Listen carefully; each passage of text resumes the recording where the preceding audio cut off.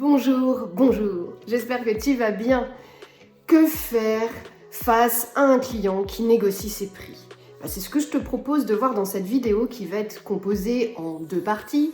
Sur la première partie, on va parler des astuces justement quand on se prend de plein fouet cette question, oui bon et sinon tu m'offres quoi, tu me fais quoi comme remise, etc. Et dans un second temps, on va plutôt parler des choses que l'on doit mettre avant en place pour éviter d'avoir ce type de questions, tant qu'à faire. Si on peut tuer le mal à la racine, pourquoi pas. Mais avant de démarrer cette vidéo, si tu arrives ici pour la première fois, je te souhaite la bienvenue. Enchantée, moi c'est Amélie, je suis photographe chez Milly, photographe de l'instant depuis désormais 12 années en Bretagne et je suis, au-delà d'être photographe sociale, également formatrice. Avant toute chose, qu'on soit clair, que l'on parle du même type de client. Moi, aujourd'hui, je vais vous parler de ce client que l'on ne connaît pas, qui arrive pour la première fois, à qui on a transmis ses prix et qui veut négocier. On parle de celui-ci. Alors voilà, tu as eu cette fameuse question. Oui, mais qu'est-ce que je peux avoir comme remise? Et qu'est-ce que tu peux me faire? Qu'est-ce que vous pouvez me faire? À cela, il va falloir répondre. Moi, ce que je te propose, c'est quelques astuces. Avant toute chose, je te dirais d'être ferme. Effectivement, ta posture, ton positionnement face à ce genre de demande doit être rigoureuse. Tu dois être bien stable et justement montrer que non, c'est comme ça et ça ne doit pas se passer autrement. Être ferme, c'est être ferme donc dans sa posture et également dans ses mots. Avoir confiance en soi dans la réponse que l'on va donner. Face à ce genre de demande, il faut avoir forcément des arguments. Les arguments vont être l'expérience que tu vas faire vivre à tes clients. Toute la charge émotionnelle que tu vas mettre dans ce projet photo. Ce qui te différencie de tes confrères et de tes consoeurs aux alentours. Alors, ça ne veut pas dire d'aller dénigrer le travail des copains. Pas du tout. C'est juste d'avoir conscience que toi, tu fais vivre les choses de cette manière et de cette manière-là, sans dire oui, parce que les autres font comme si. Non, non. C'est pas ce que le client veut entendre, surtout pas d'ailleurs. C'est quelque chose qu'il n'aime pas, clairement. Pourquoi pas mettre en avant tes études?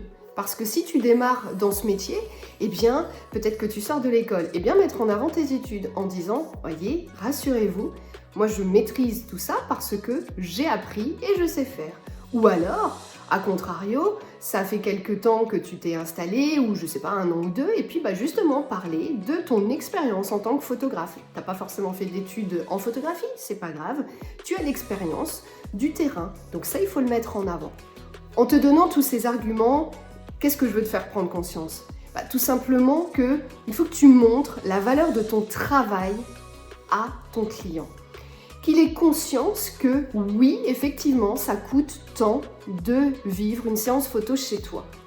Mais ça coûte tant parce que des supports photos sourcés, parce que une expérience professionnelle importante, un niveau d'études, etc., etc. À toi de voir, je ne peux pas parler à ta place, mais à toi de voir et à toi de lister tout ça. Mais ça, toi, tu dois le savoir. Fais-toi confiance, mais liste tout ça. Prépare-le. Et comme ça, le jour où tu vas te retrouver confronté à ce genre de demande, tu sauras y répondre. Et ce, en toute bienveillance, sans jugement. Pourquoi pas fractionner les prix? Oui. Après tout, la personne tique vraiment sur le prix, elle ne tique pas sur le moment, sur les photos, sur tout ça. Non, elle tique sur le prix.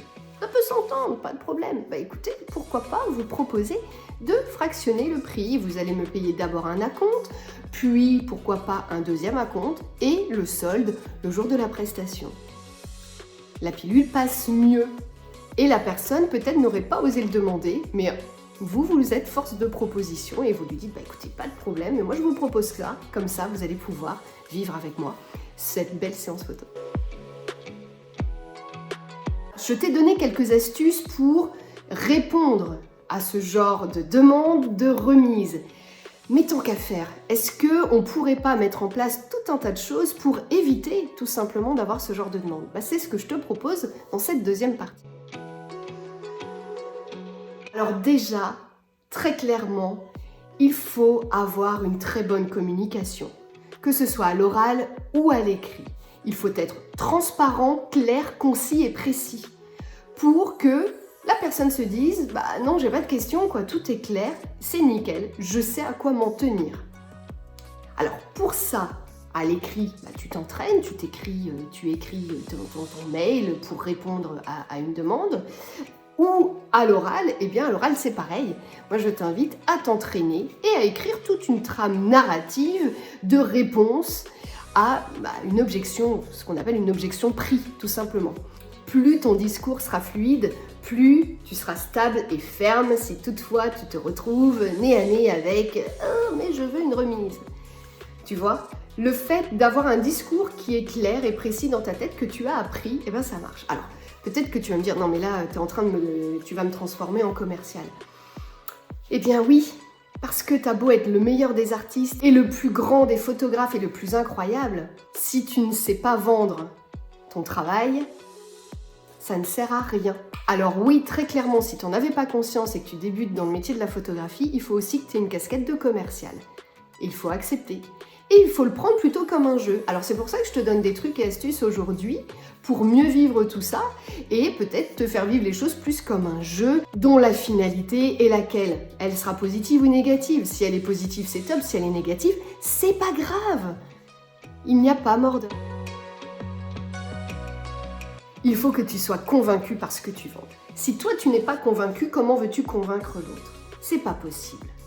Donc, il faut vraiment que tu prépares les choses. Oui, je le disais juste avant, il faut vraiment s'entraîner à avoir un discours clair. Comme ça, toi tu sauras quels sont les arguments pour telle et telle chose. Tu vends un support photo qui a un tarif très important, tu dois le connaître sur le bout des ongles, ce support. Tu dois savoir le mettre en valeur. Parce que si toi tu sais pas le faire, n'attends pas que ton client en face le fasse pour toi. Non. Il faut que toi tu sois là en tant que bon commercial pour bien faire les choses. Il faut pas dévoiler ses prix trop tôt. Si tu dévoiles tes tarifs à l'écrit, peut-être trouver une stratégie pour pas les balancer tout de suite bille en tête. Et puis si c'est à l'oral, eh bien, pareil, ne pas les dévoiler trop tôt. Effectivement, il vaut mieux travailler d'abord sur tout son argumentaire, expliquer ce pourquoi on fait ce métier, quelles sont nos valeurs et ce qui nous anime, avant de balancer un truc, bon bah voilà, la séance photo c'est ça, c'est tant. Et qu'est-ce qui le différencie des autres dans ces cas-là? C'est quoi le supplément d'âme? Bah, il n'y en a pas. Je le disais, dans les astuces, quand on se retrouve confronté à « j'ai envie d'une remise », là tu peux donner l'argument de fractionner, d'étaler les paiements. Et bien pourquoi pas le proposer en amont, dès le début, dans ta communication, orale ou écrite, je le redis, de le dire avant même qu'on te dise les prix machin, c'est de dire voyez ça, il y en a pour tant, je veux dire n'importe quoi, il y en a pour 300 €, mais vous pouvez payer 3 fois 100 €. C'est pas la même. Si vous êtes face à face au moment de présenter vos prix, moi ce que je vous conseille c'est d'avoir une plaquette, un livret, enfin même une feuille A4 quand on démarre, mais que ce soit imprimé, que les choses soient claires, que la personne ait ça en face de lui. Alors on ne lui le transmet pas tout de suite parce que sinon il va être absorbé par les prix et il ne va pas écouter ton discours commercial. En revanche, tu dois, une fois que tu as bien expliqué, transmettre cette plaquette qui est rassurante. Parce que c'est important de rassurer le client. On va lui demander un investissement important, financier, et on veut qu'il y ait un investissement émotionnel. Donc il faut qu'il soit dans de bonnes conditions pour que tout se passe au mieux. Il faut donc que toi, tu adoptes une attitude tranquille et zen au moment où tu vas transmettre tes prix. Alors ça, c'est plus quand tu as le client en face à face. Mais plus toi, tu seras cool, et par effet miroir, mieux ce sera pour ton client qui se dira hey, cette personne gère la situation, j'ai pleinement confiance. L'idée c'est ça, c'est d'instaurer un sentiment de confiance entre vous pour que tout se passe au mieux. Ça se fait tranquillement au travers des échanges à l'oral ou à l'écrit. Le choix des mots est important.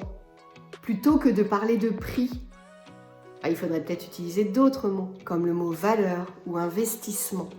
Ça ne résonne pas de la même manière dans la tête de votre client, soyez-en sûrs.